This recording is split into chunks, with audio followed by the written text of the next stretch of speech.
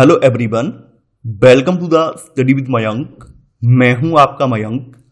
हम लोग आज से यहां पर क्लास 11th एनसीईआरटी ज्योग्राफी की बुक 1 स्टार्ट करने वाले हैं। यहां पर हम लोग भौतिक भूगोल के मूल सिद्धांत किताब को कवर करेंगे। आज आपका यहां पर अध्याय पहला है। यहां पर हम लोग भूगोल एक विषय के रूप में अध्याय को पढ़ेंगे। तो चलिए स्टार्ट करते हैं आज का वीडियो। देखते हैं हमें क्या क्या डिस्कस करना है यहां पर। तो अब हम लोग यहां पर क्लास 11th में पहुंच गए हैं और देखिए क्लास 11th में भूगोल की 2 किताबें हैं। क्लास 11th तक आते आते आपने 6 से 10 तक का जो भूगोल पढ़ा था, वहां पर भूगोल के बारे में आपको बेसिक कॉन्सेप्ट क्लियर हो गए थे। देखिए क्लास 6 से 10 तक जो हमने भूगोल कवर किया था, तो भूगोल हमने सोशल स्टडीज के रूप में कवर किया था, यानी एक सामाजिक अध्ययन के रूप में कवर किया था। क्लास 11-12 में हम लोग यहाँ पर भूगोल को एक पृथक रूप में, एक पृथक विषय के रूप में पढ़ेंगे और यहाँ पर इसका गहनता के साथ अध्ययन करेंगे। जैसा कि आप लोग जानते हैं कि भूगोल जो है पृथ्वी से संबंधित है, यानी भूगोल में न केवल पृथ्वी का जो भौतिक स्वरूप है वो शामिल है, बल्कि इस पर निवास करने वाले जो विभिन्न जीव जंतु हैं, जिनमें कि हमारा मानव भी निवास करता है, उसका भी हम मिलाकर अध्ययन करेंगे।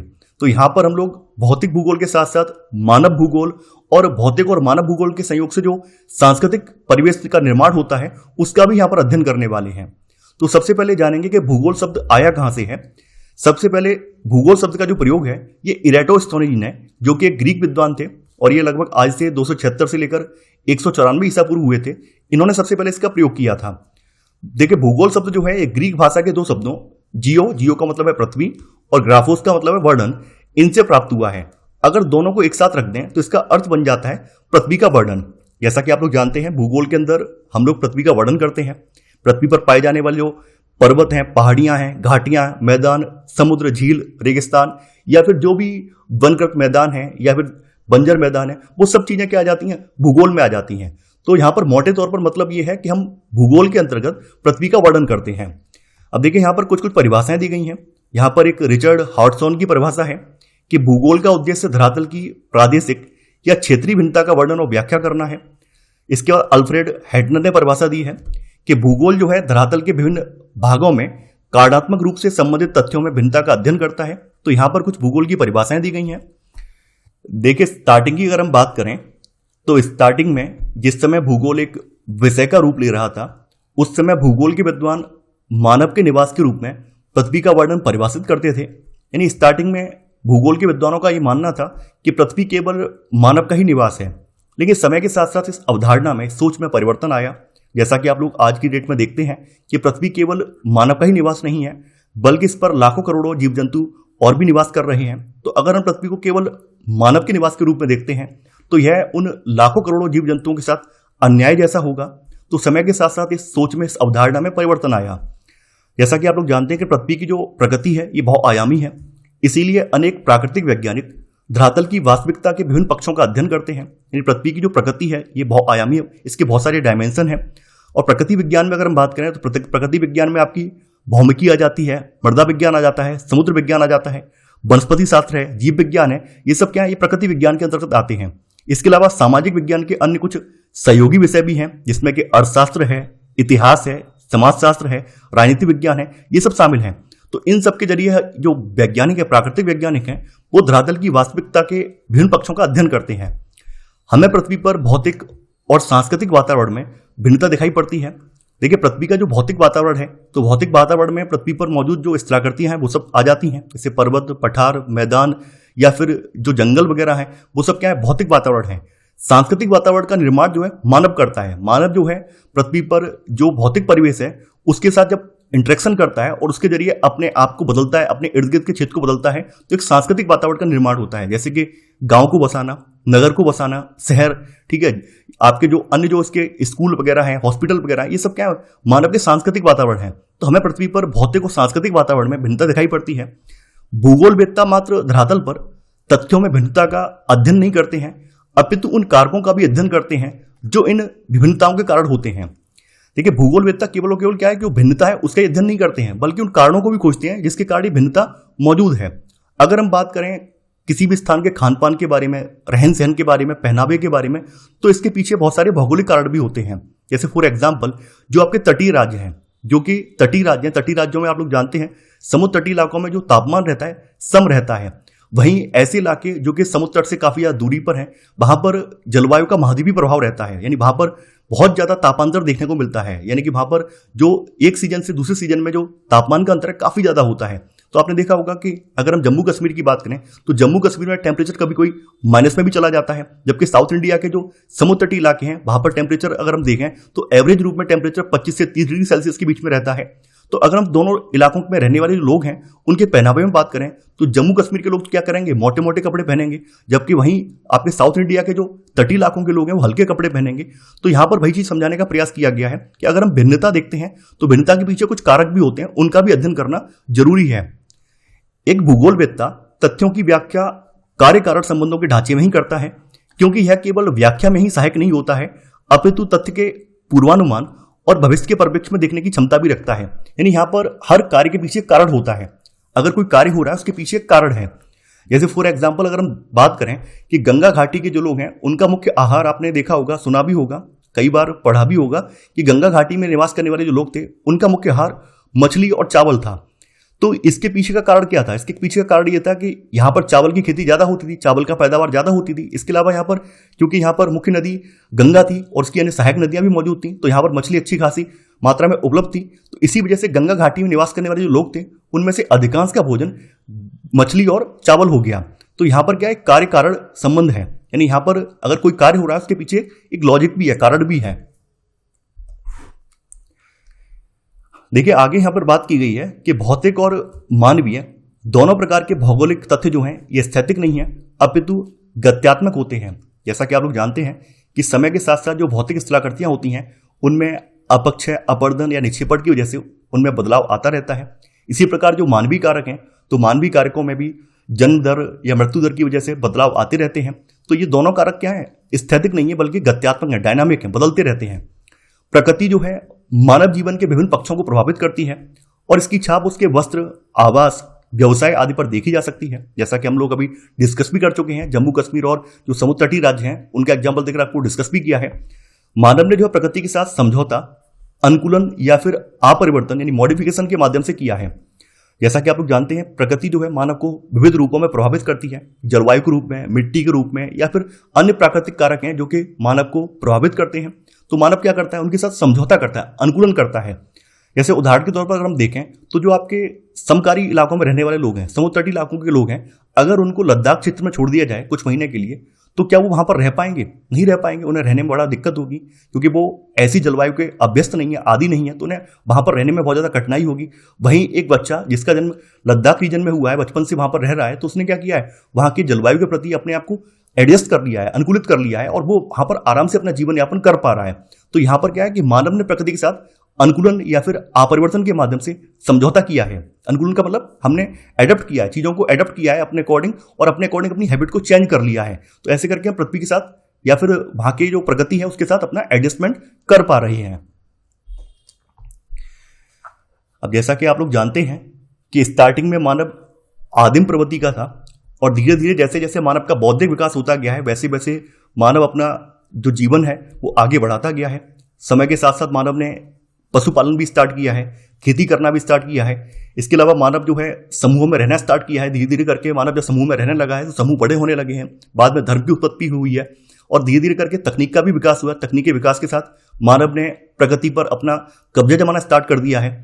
तो वर्तमान समाज ने तकनीकी खोज और प्रयोग द्वारा अपने अस्तित्व के लिए सन्निकट परिवेश यानी कि प्राकृतिक वातावरण को अपरिवर्तित कर प्राकृतिक संसाधनों का समुचित उपयोग करते हुए अपने कार्य क्षेत्र के क्षितिज में परिवर्तन कर लिया है। यानी कहने का मतलब क्या है कि मानव ने जैसे जैसे टेक्नोलॉजी का विकास किया है तो तकनीकी के विकास के दम पर क्या किया है, जो उसके आसपास का सन्निकट परिवेश था, प्राकृतिक जो वातावरण था उसको चेंज कर दिया और जो प्राकृतिक संसाधन मौजूद थे उनका समुचित प्रयोग कर रहा है और अपना जो कार्य क्षेत्र है उसमें और ज्यादा उसने वृद्धि कर ली है। जैसे फॉर एग्जाम्पल अगर हम देखें तो हमारा जो मध्य भारत की अगर हम बात करें जहां पर बहुत सारे खनिज संसाधन मौजूद थे, तो आज से 200 साल पहले वहां पर खनिज संसाधनों का औद्योगिक पैमाने पर निष्कर्षण नहीं हो रहा था। लेकिन आज की डेट में चूंकि हमारे पास तकनीक अवेलेबल है, टेक्नोलॉजी अवेलेबल होने की वजह से हमने क्या किया, वहां पर मौजूद जो खनिज संसाधन थे उनका दोहन स्टार्ट कर दिया। तो वहां पर हम अपना दोहन भी कर रहे हैं और वो दोहन जो है हमारे राष्ट्रीय विकास में बहुत सहायक भी है। तो यहां पर वही चीज इस लाइन में समझाने का प्रयास भी किया गया है।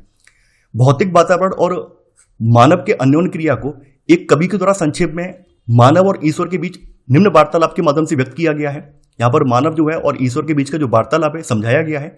मानव जो है ईश्वर से कह रहा है कि आपने मिट्टी का सृजन किया तो मैंने कप का निर्माण किया, आपने रात्रि का सृजन किया तो मैंने दीपक बनाया, आपने बंजर भूमि, पहाड़ी भूभाग और मरुस्थलों का सृजन किया तो मैंने फूलों की क्यारी और बाग बगीचे बनाए। तो यहाँ पर ईश्वर और मानव का संवाद है, कैसे मानव ने अपने बुद्धि को इस्तेमाल करते हुए, तकनीक को इस्तेमाल करते हुए जो प्रकृति में मौजूद जो वस्तुएं थी, प्रकृति में मौजूद जो संसाधन थे, उनमें परिवर्तन करके अपने अनुरूप उनको बनाया। तो वो चीज का एग्जाम्पल यहाँ पर समझाया गया है। एक वैज्ञानिक विषय के रूप में भूगोल 3 वर्गीकृत प्रश्नों से संबंधित है। देखिए, कुछ प्रश्न जो हैं ये धरातल पर पाए जाने वाले प्राकृतिक और सांस्कृतिक विशेषताओं के प्रतिरूप की पहचान से जुड़े होते हैं। ये धरातल पर जो प्राकृतिक और सांस्कृतिक विशेषताओं के प्रतिरूप हैं उनकी पहचान से जुड़े हुए प्रश्न होते हैं जो क्या प्रश्न के उत्तर देते हैं। कुछ प्रश्न जो है पृथ्वी पर भौतिक सांस्कृतिक तत्वों के वितरण से संबंधित होते हैं जो कहाँ प्रश्नों से संबंध होते हैं। यानी कि अगर आपको भारत में ज्ञात करना है कि भारत में जो लौह खनिज हैं वो कहाँ पाए जाते हैं, अगर आप लौह खनिज के बारे में जानना चाह रहे हैं तो आपको कहाँ का प्रश्न करना होगा कि भारत में लौह खनिज कहाँ पाए जाते हैं। और तीसरा प्रश्न जो है ये व्याख्या या फिर तत्वों या फिर तथ्यों के मध्य कार्य कारण संबंध से जुड़ा हुआ है। और भूगोल का यह पक्ष जो है क्यों प्रश्न से जुड़ा हुआ है। जैसे अगर हम भारत में बात करें तो भारत में जो कोयला है ये अवसादी चट्टानों में क्यों पाया जाता है, तो अगर हम कोयला जो है अगर ये जानना चाहेंगे कि कोयला अवसादी चट्टानों में ही क्यों पाया जाता है तो यहाँ पर हमें क्यों का प्रश्न करना होगा। तो यहाँ पर आपने जान लिया होगा कि यहाँ पर भूगोल में 3 प्रश्न पूछे जाते हैं, क्या, कहाँ और क्यों। आगे यहाँ पर भूगोल एक समाकलन इंटीग्रेटिंग विषय के रूप में, सब्जेक्ट के रूप में इस बात पर चर्चा की गई है। देखिए, भले ही भूगोल एक पृथक सब्जेक्ट हो, पृथक विषय हो, लेकिन इसका अन्य विषयों के साथ भी गहरा संबंध है। भूगोल एक संश्लेषणात्मक यानी सिंथेसिस सब्जेक्ट है जो क्षेत्रीय संश्लेषण का प्रयास करता है। देखिए, इसमें हम पृथ्वी के जो विभिन्न क्षेत्र हैं उनका अध्ययन करते हैं और उनसे प्राप्त जो जानकारी है उन सबको हम संश्लेषित करके तब किसी निष्कर्ष पर पहुंचते हैं। वहीं इतिहास की बात करें तो इतिहास क्या करता है, इतिहास कालिक संश्लेषण का प्रयास करता है। इतिहास विभिन्न कालखंडों को जोड़कर तब इतिहास का निर्माण करता है। जैसे भारतीय इतिहास की बात करें तो भारत के इतिहास के 3 खंड हैं, प्राचीन, मध्यकालीन और आधुनिक। तो हम यहाँ पर क्या करते हैं, भारत के इतिहास को अगर हमें जानना है तो इन तीनों कालखंडों को हम जोड़ देते हैं, संश्लेषित कर देते हैं, तब हम भारत के इतिहास को जान पाते हैं। अगर हम बात करें भूगोल के उपागम की, भूगोल की अप्रोच की, तो इसकी प्रकृति समग्रात्मक है यानी हॉलिस्टिक है। जैसे उदाहरण के तौर पर अगर हमें किसी स्थान विशेष के फसल पैटर्न को जानना है तो हमें सबसे पहले वहाँ की जो जलवायु है, वहाँ की जो मिट्टी है, वर्षा का जो पैटर्न है, उच्चावच है या फिर अन्य जो प्राकृतिक कारक हैं उन सब के बारे में जानना होगा। तो इसके उपागम की जो प्रगति है ये समग्रात्मक है। देखिए, भूगोल इस तथ्य को मानता है कि विश्व एक परस्पर निर्भर तंत्र है और आज वर्तमान विश्व एक वैश्विक ग्राम यानी ग्लोबल विलेज का प्रतिबोधन होता है। जैसा कि आप लोग जानते हैं, अगर हम आज की डेट में देखें तो आज परिवहन के साधन बहुत ज्यादा तीव्र हो गए हैं, परिवहन और संचार के साधन इतने ज्यादा तीव्रतम हो गए हैं कि हमें ये लगता ही नहीं है कि कोई स्थान हमसे दूर है। जैसे अमेरिका से बात करें तो अमेरिका का कोई व्यक्ति भारत में बैठे व्यक्ति से वीडियो कॉलिंग पे बात कर सकता है। अगर हमें कहीं भी दुनिया के किसी भी कोने में जाना हो तो परिवहन के इतने तीव्रतम साधन है कि हम कुछ ही घंटों में वहां पर पहुंच सकते हैं। अब पहले जैसा जमाना तो है नहीं कि हमें 4-5 महीने की लंबी यात्रा करनी पड़ेगी तब पहुंच पाएंगे।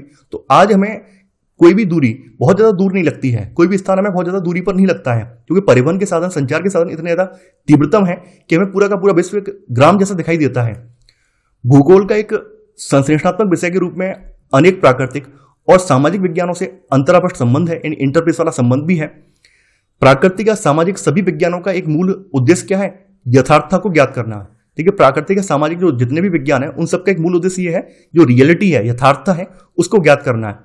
तो भूगोल क्या करता है, भूगोल यथार्थता से जुड़े तथ्यों को, साहचर्य को बोधगम्य बनाता है। यानी कि कहने का मतलब ये कि भूगोल जो रियलिटी से जुड़े हुए तथ्य होते हैं उनको जानने योग्य या फिर बोधगम्य यानी जानने में उन्हें आसान कर देता है। अब आगे यहां समझाने का प्रयास किया गया है कि कैसे इतिहास और भूगोल आपस में जुड़े हुए हैं, कैसे भूगोल ऐतिहासिक घटनाओं को प्रभावित करता है, तो उसके बारे में चर्चा की गई है।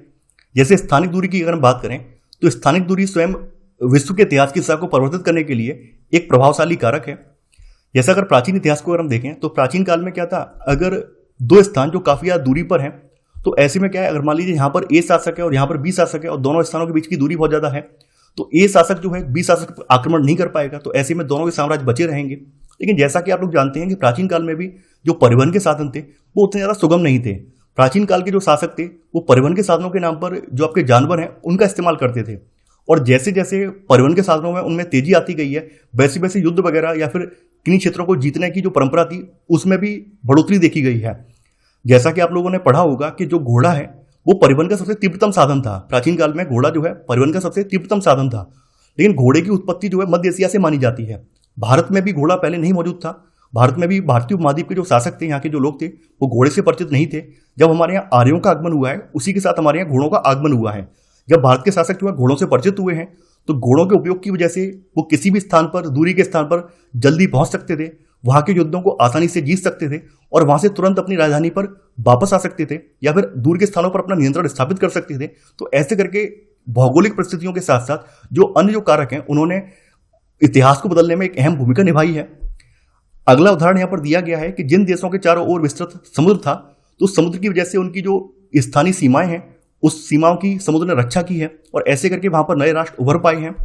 तो एक नए विश्व के देशों के चारों तरफ विस्तृत समुद्र द्वारा प्रदत्त रक्षा कवच उन्हें उनकी मिट्टी पर युद्ध होने से बचाता रहा है। भारत की अगर हम बात करें तो भारत में हिमालय एक महान अवरोध के रूप में देश की रक्षा करता रहा है। जैसा कि आप लोग जानते हैं कि हिमालय पर्वत मध्य एशिया से आने वाली जो ठंडी बर्फीली हवाएं हैं इनको भारतीय उपमहाद्वीप में प्रवेश करने से रोकता है, लेकिन हिमालय में विद्यमान दर्रे जो हैं, हिमालय में विद्यमान जो दर्रे हैं वो मध्य एशिया के आक्रमणकर्ताओं और वहाँ के जो माइग्रेंट्स थे इनको मार्ग की सुविधा प्रदान करते रहे हैं और इसकी वजह से हमारे यहाँ का जो इतिहास है बदलता रहा है। यानी इन दर्रों से होकर हमारे यहाँ बहुत सारे मध्य एशिया के आक्रमणकर्ता, शरणार्थी हमारे भारत में आते रहे हैं और इन लोगों ने हमारे यहाँ के इतिहास को बदला है। सामुद्रिक किनारे जैसे दक्षिण पूर्व एशिया, यूरोप और अफ्रीका से संपर्क को प्रोत्साहित करते रहे हैं। यानी कि हमारे देश की जो समुद्री सीमाएं हैं इन सीमाओं ने हमारा जो है विविध देशों के साथ व्यापार को सुगम बनाया। दक्षिण पूर्व एशिया, यूरोप या अफ्रीका से संपर्क को इन्होंने प्रोत्साहित किया है। जैसे नौ संचालन की बात करें तो नौ संचालन तकनीकी ने यूरोपीय देशों को भारत सहित कई एशियाई और अफ्रीकी राष्ट्रों पर उपनिवेशीकरण करने में सहायता की है क्योंकि उन्हें समुद्र के माध्यम से गम्यता मिली। तो जैसा कि आप यहाँ पर देख पा रहे हैं कि कैसे यहाँ पर भौगोलिक कारक जो हैं इन्होंने इतिहास को बदलने में अहम भूमिका निभाई है। तो यहाँ पर उन सब के बारे में उदाहरण दिए गए हैं। प्रत्येक भौगोलिक तथ्य समय के साथ परिवर्तित होता रहता है और समय के परिप्रेक्ष्य में उसकी व्याख्या की जा सकती है। जैसा कि हमने दूरी का उदाहरण दिया कि पुराने समय में दूरी जो थी एक बहुत बड़ा कारक थी, लेकिन आज के समय में दूरी एक बहुत बड़ा कारक नहीं है क्योंकि आज परिवहन के बहुत सारे तीव्रतम साधन हैं। तो यहाँ पर वही सब चीजें हैं कि कैसे एक भौगोलिक तत्व जो है इसकी व्याख्या जो है समय के साथ बदली जा सकती है। तो समय भी यहाँ पर एक चतुर्थ आयाम के रूप में मौजूद है। देखिए आगे यहाँ पर भूगोल की शाखाओं के बारे में बात की गई है, ब्रांचेस ऑफ ज्योग्राफी के बारे में बात की गई है। देखिए भूगोल अध्ययन का एक अंतर शिक्षण इंटरडिसिप्लिनरी विषय है। भूगोल का अन्य विषयों के साथ भी संबंध है, अन्य विषयों के साथ भी इसका जुड़ाव है। भूगोल के अध्ययन के यहाँ पर दो प्रमुख उपागम हैं। यहाँ पर पहला उपागम है विषय वस्तुगत या फिर क्रमबद्ध उपागम, जिसको सिस्टमैटिक अप्रोच कहा जाता है। यह उपागम एक जर्मन भूगोलवेत्ता अलेक्जेंडर वॉन हम्बोल्ट के द्वारा प्रवर्तित किया गया। विषय वस्तुगत उपागम में एक तथ्य को पूरे विश्व स्तर पर अध्ययन किया जाता है और उसके पश्चात क्षेत्रीय स्वरूप के वर्गीकृत प्रकार जो होते हैं उनकी पहचान की जाती है। जैसे एग्जाम्पल के तौर पर समझाने का प्रयास करें कि मान लीजिए कोई व्यक्ति प्राकृतिक वनस्पति के अध्ययन में रुचि रखता है तो सबसे पहले वो क्या करेगा, सबसे पहले वो है विश्व स्तर पर उसका अध्ययन करेगा, फिर प्रकारात्मक वर्गीकरण करेगा जैसे कि विश्वोत्तरेखी सदाबहार वन, नरम लकड़ी वाले वन, कोणधारी वन या फिर मानसूनी वन, इन सब की पहचान करेगा। तो यहाँ पर क्या किसी तत्व को पहले पूरे विश्व स्तर पर अध्ययन किया जाता है, फिर उसके क्षेत्रीय स्वरूप की या क्षेत्रीय प्रकारों की पहचान की जाती है। अगला उपागम है प्रादेशिक उपागम यानी रीजनल अप्रोच या फिर प्रादेशिक भूगोल। देखिए इसका विकास हम्बोल्ट के समकालीन एक दूसरे जर्मन भूगोलवेत्ता हुए हैं कार्ल रिटर, तो कार्ल रिटर के द्वारा इसका विकास किया गया है। प्रादेशिक उपागम में विश्व को विभिन्न पदानुक्रमिक स्तर के प्रदेशों में विभक्त किया जाता है और फिर एक विशेष प्रदेश में जो सभी भौगोलिक तथ्य हैं इनका अध्ययन किया जाता है। देखिए ये जो विभक्त प्रदेश हैं ये प्राकृतिक, राजनीतिक या फिर निर्दिष्ट यानी नामित प्रदेश हो सकते हैं जहां पर हम भौगोलिक तथ्यों का अध्ययन करते हैं, ये वो प्रदेश हो सकते हैं। इसके अलावा कुछ चीजें और बताई गई हैं। जैसे यहाँ बताया गया है कि द्वैतवाद जो है ये भूगोल की मुख्य विशेषता है। देखिए द्वैतवाद का मतलब है दो तत्वों का होना। तो द्वैतवाद जो है भूगोल की एक मुख्य विशेषता है और इसका प्रारंभ से ही विषय में प्रवर्तन हो चुका था। पहले विद्वान भौतिक भूगोल पे बल देते थे, लेकिन बाद में स्वीकारा गया कि मानव जो है ये धरातल का एक समाकलित भाग है, एक इंटीग्रेटेड पार्ट है और प्रकृति का अनिवार्य अंग है। तो ऐसे करके अब यहाँ पर भूगोल में द्वैतवाद वाली अप्रोच चलती है। यानी भौतिक भूगोल भी और मानव भूगोल दोनों को मिलाकर भूगोल का अध्ययन किया जाता है। यहाँ पे कुछ कुछ चीजें और बताई गई हैं। जैसे आधुनिक भूगोल का जनक अलेक्जेंडर वॉन हम्बोल्ट को कहा जाता है।